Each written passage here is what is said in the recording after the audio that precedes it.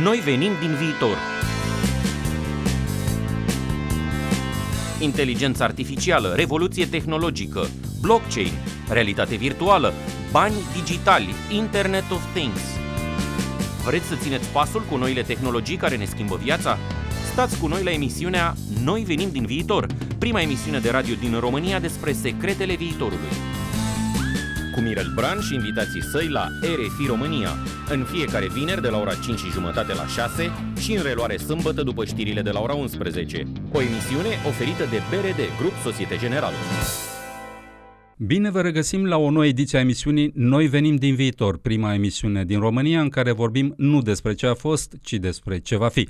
Sunt Mirel Bran și timp de o jumătate de oră vă propun să ne uităm la noi puțin pe dos, nu dinspre trecutul nostru, ci din viitorul nostru. Astăzi avem în studioul RFI România un tânăr care a plecat din Italia ca să muncească la Londra, la Paris, la Bruxelles, înapoi la Paris, după care a fugit în Brazilia, unde a făcut un MBA, s-a întors la Bruxelles, iar la Paris, dar de data asta s-a întâmplat ceva diferit și a întâlnit jumătatea, o româncă. Împreună au pus pe picioare o companie socială care învață societățile deschise pentru inovație socială să își schimbe cultura organizațională. S-au mutat în România, compania se numește Babele și cred că e una din cele mai îndrăznețe inițiative de inovație socială. Vom face această emisiune în limba franceză. Monsieur Emmanuel Musa, soyez bienvenue dans le studio RFI Roumanie. Vous avez travaillé dans pas mal de pays, mais vous avez choisi de vous enraciner en Roumanie. Qu'est-ce que vous êtes venu faire sur les terres de Dracula? Bonjour. Donc, j'aurais jamais imaginé dans ma vie que je serais arrivé en Roumanie et je serais jamais reparti. Mais bon, en fait, j'ai bien aimé les gens, beaucoup, et j'ai bien aimé le dynamisme. Et en plus, en fait, ça m'a permis de développer les projets à laquelle je tenais. Donc, c'était la partie la plus importante de toute l'histoire en Roumanie, en fait. Ce n'est pas important où on habite, c'est important ce que l'endroit nous permet de faire. Ah, joliment dit ça. Avec votre épouse, vous avez mis en place une société qui milite pour l'innovation sociale, Babele. Pourquoi Babele? En roumain, Babele, ça veut dire les vieilles dames. Oui, tout à fait, mais je ne savais pas ça quand on est arrivé en Roumanie. En fait, ça s'est inspiré de la Torre di Babele, en italien, la tour de Babel. Et donc, quand je suis arrivé en Roumanie, j'ai rencontré pas mal de gens qui disaient « Est-ce que tu as quelque chose à faire avec les sphinx? Est-ce que tu as quelque chose à faire avec les bunici ?» Et donc, c'est très compliqué, en fait, d'expliquer que ce n'est pas Babele, c'est Babele, et que, en fait, c'est un autre significat. Mais donc, l'idée de Babel, en fait, ça vient de l'idée de l'histoire biblique où, en fait, on avait construit une tour qui permettait d'arriver au ciel pendant une période où tout le monde parlait la même langue. Et donc, avec ça, on voulait reconstruire cette tour pour permettre aux gens de construire des projets d'innovation sociale avec une approche collaborative basée sur le design thinking. Ah oui, c'est joli cette image. Je n'avais pas pensé à la tour de Babel, mais c'est une image qui parle beaucoup. Donc on part d'une langue unique et puis on débouche sur une variété de langues. C'est intéressant d'avoir cette diversité-là, mais en même temps, ça crée quand tu passes d'une langue à l'autre, c'est comme si tu passais une frontière. Ça casse en quelque sorte les rapports entre les gens. D'où ça vient toute cette approche que vous avez eue avec la Tour de Babel? Je suppose que vous avez fait un certain parcours avant d'en arriver là. En fait, tout est parti par ma passion pour la démocratie participative. Et donc, toute ma thèse que j'ai écrite quand j'étais au Brésil, c'était basé sur le concept de comment on peut impliquer des parties prenantes dans la planification des projets innovants avec un impact social. Et donc, tout ça, ça pouvait être pour des entreprises sociales dans le secteur privé ou dans l'innovation civique dans le secteur public, par exemple.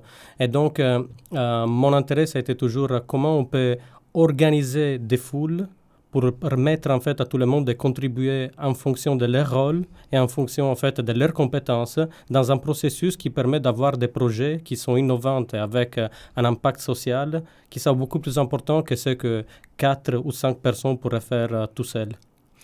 Finalement, ce que vous faites, c'est une sorte d'adaptation au futur parce que je pense qu'il y a des gens qui ont du mal à comprendre cette idée de passage d'un monde centré sur la compétition à un monde centré sur la collaboration.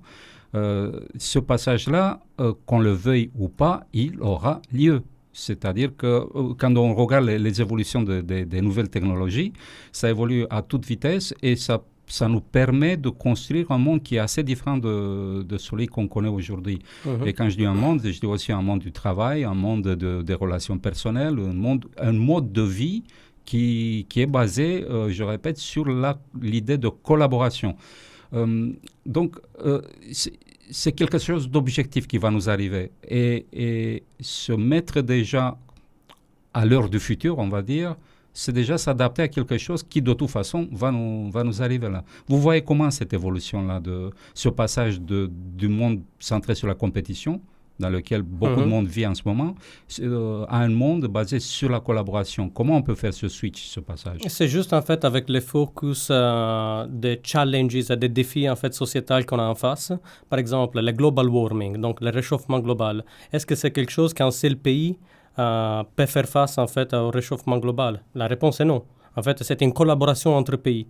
Et la même chose, en fait, c'est pour la crise des réfugiés, par exemple. Ce n'est pas, en fait, le rôle de l'Italie ou de la France seulement, en fait, d'adresser le problème. Et donc, c'est pour ça, en fait, on se rend compte pour la première fois que tous les enjeux sociétals qu'on a en face sont des problèmes, en fait, qui ont un niveau, en fait, international. Et donc, il faut, en fait, venir avec des réponses internationales. Et donc, on est devant, en fait, des problèmes urgents qu'on peut juste résoudre si on collabore ensemble.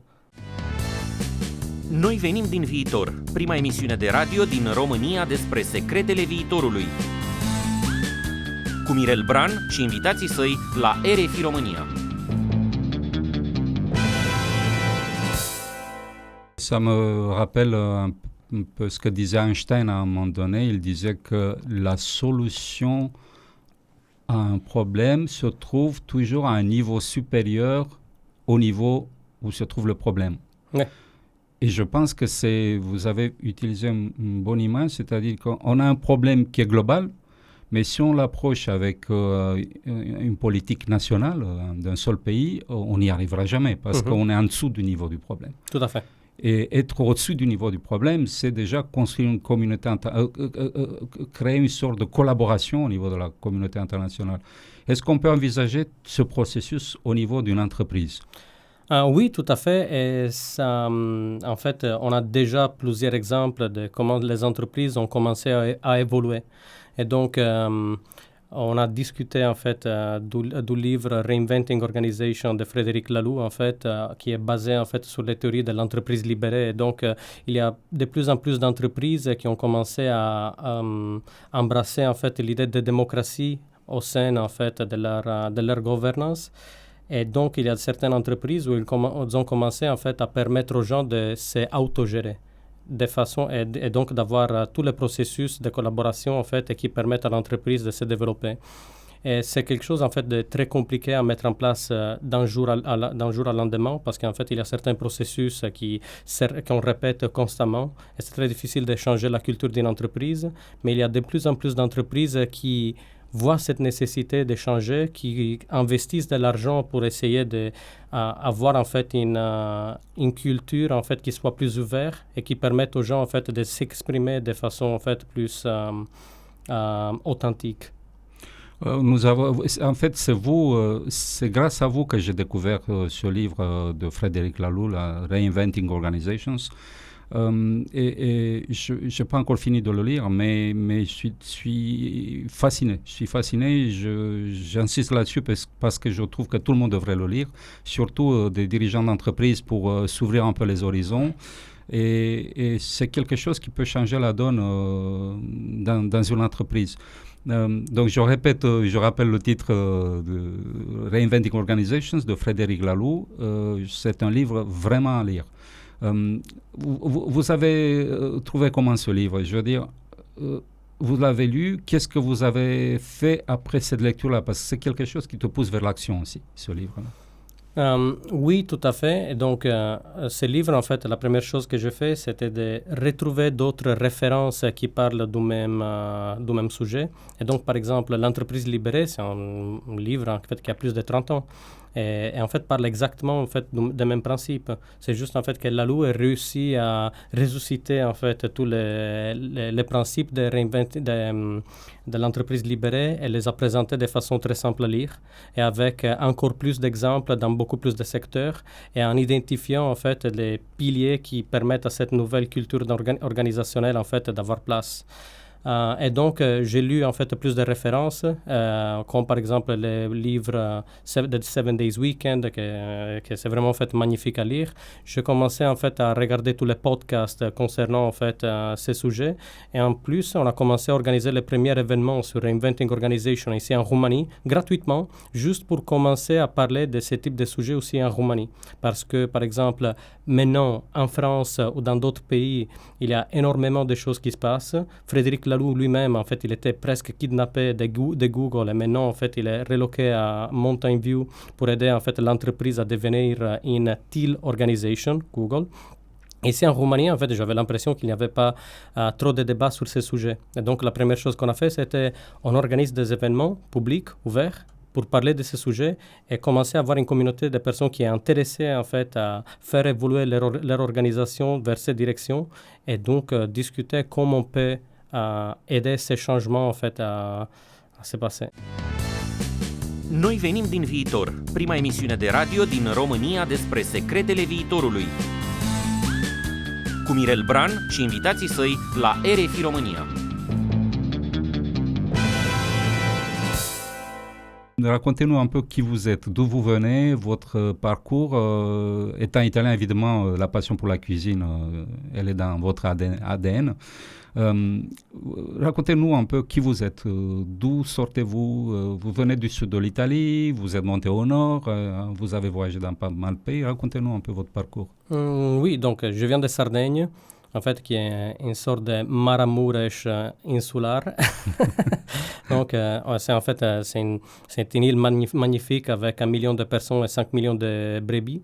Donc, les brebis, en fait, sont en contrôle. Mais donc, c'est un endroit magnifique, mais j'avais juste l'ambition de faire autre chose. Et c'est très important, en fait, de pouvoir sortir d'une île parce qu'on a toujours l'impression d'être dans un endroit très fermé et très petit. Et donc, j'ai étudié ingénierie à Turin, au Polytechnique de Turin. J'ai continué avec un parcours international avec l'École supérieure de commerce de Paris, donc l'ESCP.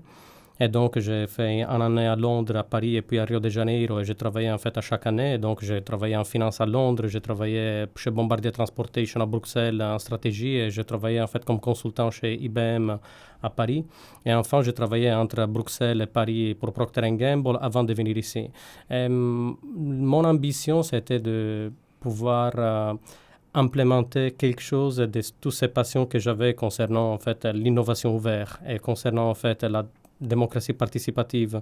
Et donc, j'ai stressé tous mes amis qui venaient en fait à dîner chez moi avec tous ces discours et tout le monde il me disait Manu, tu devrais quitter ton entreprise et faire quelque chose comme ça. Au moins en fait, tu arrêtes de nous en parler de ça le vendredi soir.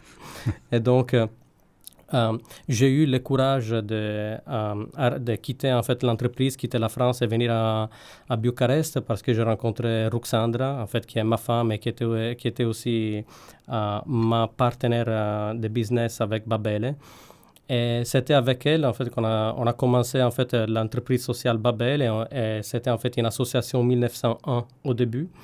Et on a commencé à Paris avec cette idée de faire participer les parties prenantes dans la co-création des projets innovants et d'innovation sociale.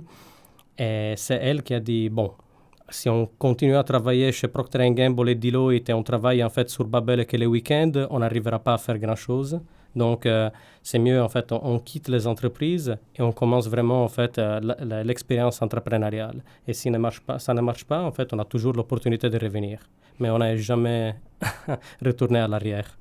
Ouais, c'est quand même, il faut une certaine dose de courage pour s'occuper un peu la branche sous les pieds, quoi. Je veux dire que passer d'une vie où tu as un boulot avec un salaire à la fin du mois à une aventure où tu n'es pas sûr de comment tu vas t'en sortir, ça demande un peu de courage. Vous avez trouvé où ce courage-là? Quel a été le déclic, en fait, qui vous a fait dire, finalement, on va tenter le coup? Donc, pas les parents. Donc, je pense que les parents, en fait, quand je leur dis que je voulais quitter la France et quitter mon boulot pour commencer, en fait, une entreprise sociale en Roumanie, en fait... Ils ont dû dire, oh là là là là là. Non, en fait, ils ont pu répondre au téléphone. Donc, non, c'était vraiment, en fait, l'envie d'avoir un impact, d'être un agent du changement. Et donc, c'est aussi, en fait, ce que je vois aujourd'hui dans les entrepreneurs, dans les entreprises, ils ont des agents du changement. Je ne connaissais pas, en fait, ces concepts quand j'ai travaillé chez Procter & Gamble à Paris, mais j'aimais l'idée, en fait, de pouvoir faire quelque chose. Et l'aide de ma femme, ça m'a aidé énormément. Donc, c'était, en fait, de l'esprit personnel avec de l'encouragement de la partie des gens qui j'aimais bien. Finalement, cette séparation entre la vie professionnelle et la vie personnelle, dont on a été habitué à ça dans les cultures où nous vivons, elle n'est plus si nette que ça. Non. Il y a toujours un lien fort quoi, entre ta vie personnelle et tes valeurs. Oui, donc je ce que tu fais dans ton boulot. Quoi. Oui, mais je ne recommande pas de marier sa cofondatrice. C'est compliqué, en fait. Et non, c'est très bien marché. C'est juste, en fait, j'ai l'impression qu'on ne peut pas aller au boulot et complètement oublier ce qui se passe dans la vie personnelle. Et donc, le fait d'avoir une entreprise qui comprend que sans une bonne vie personnelle et sans un bon équilibre, on a des personnes qui arrivent au boulot et qui ne sont pas forcément motivées ou qui ne fassent pas un bon boulot, c'est très important donc d'avoir une écoute active de la part des entreprises et de l'empathie pour comprendre la situation personnelle des gens et pour mieux comprendre comment réarranger la situation avec l'employé en particulier pour avoir en fait une situation de win-win pour les deux. Et donc, c'est vraiment en fait un esprit de long-term collaboration, en fait, qui doit s'installer. Et c'est très difficile d'avoir ça quand on a, par exemple, que des contrats à 6 mois. C'est très compliqué. Je fais du coaching aussi et souvent, j'entends une question qui m'exaspère, je l'avoue, mais tout le monde me demande, vous faites quelle sorte de coaching professionnel pour la vie personnelle et je trouve que c'est juste du marketing, toute cette histoire-là de vie professionnelle et de vie personnelle. Parce que finalement, l'être humain, c'est quelque chose d'homogène, d'entier. Tu ne peux pas couper une personne en deux. Il y en a une qui part au boulot, il y en a une qui reste à la maison. T'es toi, t'es toi-même, que tu sois à la maison ou au boulot. Et comme vous disiez tout à l'heure, je pense que c'est fondamental de trouver un équilibre. Et si tu trouves un équilibre, il sera aussi présent dans ta vie personnelle que dans ta vie professionnelle. Comment on fait pour trouver cet équilibre-là? Les gens qui nous écoutent peut-être maintenant, il y en a parmi eux certainement qui ne l'ont pas encore trouvé. Comment faire pour que tu puisses trouver cet équilibre-là, aussi bien dans ta vie professionnelle que dans ta vie personnelle? Donc, je pense en fait que l'ambiance et donc l'employeur, en fait, a un impact très important. Je te donne un exemple. Imagine-toi, en fait, on travaille ensemble dans la même organisation et peut-être, en fait, on est devant un employé qui n'est pas intéressé au fait que tu viens d'avoir, en fait, une relation, en fait, un peu compliquée avec une fille qui a une crise d'adolescence, par exemple. Et donc, tu as besoin d'une semaine plus à la maison pour être plus proche, en fait, de tes chers et pour faire, en fait, un bon boulot comme père, par exemple. C'est quelque chose, en fait, que la plupart des entreprises diraient, ça, ce n'est pas, ce n'est pas, en fait, quelque chose qui m'intéresse. Et surtout, en fait, avec une grosse taille des entreprises, ça devient encore plus difficile d'avoir ce type d'écoute active. Mais en même temps, en fait, donc, l'effet d'avoir un employeur qui comprend et qui a cette écoute active, et donc qui permet aux gens de s'exprimer dans leur complexité, en fait, de leurs pensées, et n'est pas juste amener au boulot en fait, la partie très sharky de la personne rationnelle, de la personne, en fait, qui n'a jamais de doute, de la personne, en fait, qui est presque arrogant, mais aussi, en fait, des fragilités des gens, en fait. Ça, c'est la chose la plus importante. Noi venim din viitor, prima emisiune de radio din România despre secretele viitorului. Cu Mirel Bran și invitații săi la RFI România. Vous avez trouvé en Roumanie des entreprises qui sont ouvertes ces processus d'innovation sociale? Est-ce qu'il y a sur le marché roumain des entreprises qui peut-être le font déjà? Comment ça se passe? Où en est la Roumanie sur cette carte de l'innovation sociale? Donc, il y a des entreprises qui sont magnifiques, et qui sont vraiment des exemples, et il y a des grosses entreprises où il y a des business units qui sont très avancés dans ces sujets. Donc, ça dépend beaucoup de la taille de l'entreprise, mais par exemple, l'entreprise autonome est une des entreprises qui, d'un point de vue de l'organisation au sein de l'entreprise, libre, ouvert, démocratique, en fait, sont très avancés. C'était l'entreprise qui a fait traduire les livres Reinventing Organization. Puis, pour tout ce qui est l'innovation sociale, en fait, moi, j'entends aussi la partie de quel type d'impact à l'entreprise. Donc, on parle de shared value. Ça, c'est une autre chose différente. Je trouve, en fait, qu'en Roumanie, aujourd'hui, il y a encore beaucoup de CSR à la vieille manière. Et donc, on est encore loin, en fait, de définir, en fait, la mission d'impact social ou environnemental de l'entreprise à partir des intérêts et des sensibilités des gens. Ça, c'est la chose, en fait, qu'on commence à voir dans certains pays comme en France ou comme en Allemagne ou aux États-Unis. Mais nous n'avons pas encore, en fait, la prise en compte des intérêts des employés pour ce qui concerne l'impact social ou environnemental de l'entreprise. Et donc, ça sera quelque chose, en fait, qui viendra en Roumanie et que nous aiderons, en fait, à faire venir le plus rapidement possible. Et vous faites comment chez Babele, mis à part les rencontres que vous organisez autour d'une table et autour de la nourriture, vous proposez quoi aux entreprises? Par exemple, si une entreprise veut faire appel à vos services, vous faites quoi? Finalement, vous leur proposez quoi? On organise des programmes d'entrepreneuriat pour les employés de l'entreprise. Donc, la première chose, c'est d'avoir les grosses entreprises aujourd'hui, en fait, ils trouvent qu'il y a une valeur dans le fait d'avoir des employés qui ne sont pas juste des employés, mais qui sont des personnes capables de prendre des risques de façon calculée. Et donc, ça, c'est la chose la principale de l'entrepreneuriat. On peut faire faillite tout le temps, mais on veut le faire de façon, en fait, un peu plus réfléchie. Et donc, tout le monde, en fait, connaît l'étude de cas de Coca-Cola, qu'en 1980, on avait lancé la New Coke, qui a été, en fait, un projet développé de façon magnifique et qui a été un fiasco gigantesque. Et on continue à voir ce type de projet tout le temps. Par exemple, le dernier, c'était Airbus avec les A380, les plus grands avions du monde, qui a été retiré parce qu'il n'y avait pas de clients. Et donc, aujourd'hui, les entreprises, ils se rendent compte que pour devenir plus agiles ou plus lean, ils ont besoin d'avoir des personnes qui comprennent, en fait, qu'on doit appliquer la méthode scientifique dans leur façon de valider des hypothèses avant de lancer de nouveaux produits, de nouveaux services, de nouveaux processus. Et donc, avoir des programmes qui amènent cet apprentissage et qui impliquent pas seulement, en fait, les innovateurs, mais aussi toutes les autres personnes de l'entreprise à participer au processus de l'innovation, c'est très important. Et ce qu'on rajoute à chaque fois, c'est aussi le fait de regarder à l'impact dans tous ces processus de planification stratégique collaborative. Parce que aujourd'hui, on parle des objectifs du développement durable, avec les Sustainable Development Goals, les 17 qu'on devrait, en fait, atteindre jusqu'en 2030, mais on ne voit pas encore trop d'entreprises qui ont commencé à prendre en compte ces dimensions dans leur façon de travailler. Et donc, le fait de poser la question, ça les aide aussi juste à comprendre qu'est-ce qu'on peut faire et comment on se positionne pour l'impact qu'on veut avoir dans cette société. Je pense à des auditeurs qui ne sont peut-être pas familiers avec ces mots-là. Quand on dit entrepreneur, oui.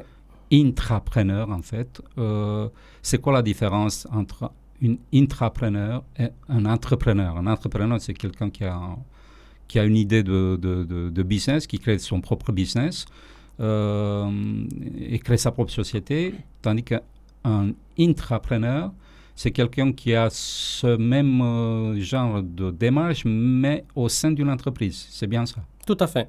Et donc, il y a des très beaux exemples à partir des 3M qui a développé les post-its à partir en fait d'une idée d'un employé et qui puis a été redéveloppée par d'autres employés. Donc l'intrapreneuriat, c'est un phénomène collaboratif. Ça serait débile d'avoir une entreprise avec 10 000 personnes et juste compter sur une personne pour amener des innovations. Ou par exemple Google. Google donne les 20% à chaque employé de leur temps pour travailler dans des idées innovantes. Et donc Gmail, par exemple, était l'idée d'un employé qui s'appelle Daniel Buchheit, qui a développé dans les 20% de son temps tous les concepts de Gmail et qui puis a été en fait co-développé par d'autres employés qui étaient intéressés par les mêmes concepts. Et donc, c'est très intéressant de voir que l'innovation, en fait, il n'y a pas en fait un leader charismatique du style napoléonique en fait au top de l'entreprise qui dise ça sera en fait notre évolution stratégique pendant les prochains 10 ans. Il y a de plus en plus d'entreprises qui voient les employés comme capables de venir avec des propositions et donc la même mission de l'entreprise, ça devient quelque chose qu'on itère constamment parce qu'en fait, chaque idée intrapreneuriale, en fait, ça permet aux employés d'exprimer dans quelle direction l'entreprise peut se développer. Noi venim din viitor, prima emisiune de radio din România despre secretele viitorului. Cu Mirel Bran și invitații săi la RFI România. Dans une entreprise avec 10 000 employés, finalement, on peut faire en sorte pour connaître 10 000 CEO. Oui. Finalement, chaque employé peut être le manager de l'entreprise. C'est bien ça? Enfin, j'exagère, c'est pousser les choses. Pas de l'entreprise, mais au moins, en fait, de dire, par exemple, il y a Adobe, par exemple, aux États-Unis, à San Francisco, ils donnent un chèque de $1,000 à n'importe quel employé qui a une idée et qui a envie de faire des expériences et des tests pour voir en fait s'il y a un potentiel marché pour cette idée. Et donc c'est très intéressant parce qu'on ne parle pas d'avoir 1000 CEO, on parle juste d'avoir des personnes qui ont juste une idée et qui ont en fait, ils ont une entreprise qui les soutient à développer, explorer et voir en fait s'il y a du potentiel dans ces idées.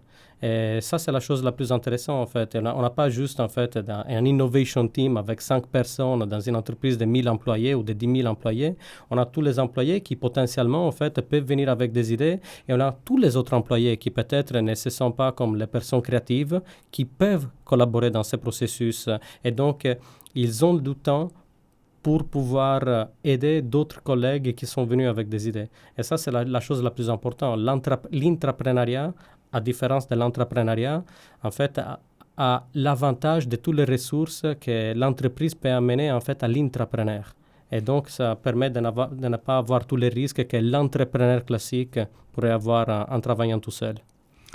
Je ne vais pas terminer cette émission avant vous demander comment vous voyez la Roumanie, parce que bon, voilà, vous êtes italien, vous vivez en Roumanie, vous avez voyagé pas mal, vous avez vu un certain nombre de pays.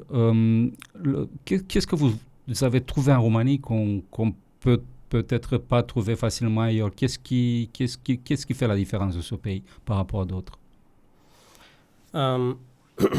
Il y a en fait, je trouve en fait la Roumanie c'est un pays de personnes introverties, bon, peut-être comparé avec un Italien, mais personnes en fait très capables et très humbles, j'ai trouvé ça. Et donc ça c'est une des choses que j'ai aimé le plus, en fait, des personnes très compétentes et très capables.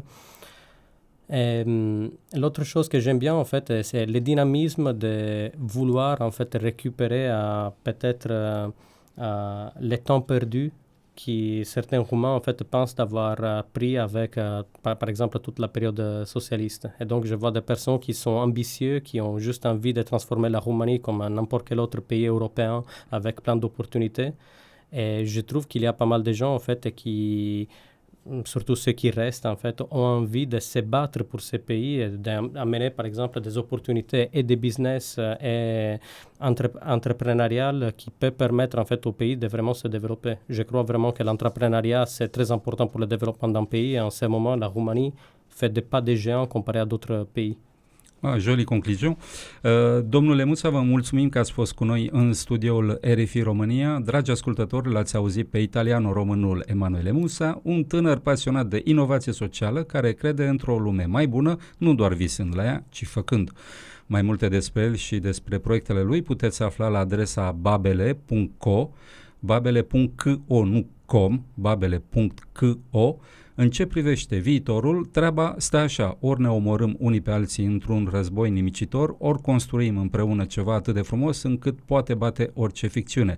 Treaba asta o hotărâm împreună, dacă viitorul va fi o poveste sau ruina unui vis. Sunt Mirel Bran și vă aștept vinerea viitoare de la 5:30 la 6 și în reluare sâmbătă după știrile de la ora 11. Să auzim de bine și stați liniștiți, noi venim din viitor și totul e ok. Noi venim din viitor, prima emisiune de radio din România despre secretele viitorului. Cu Mirel Bran și invitații săi la RFI România. O emisiune oferită de BRD Grup Societe Generale.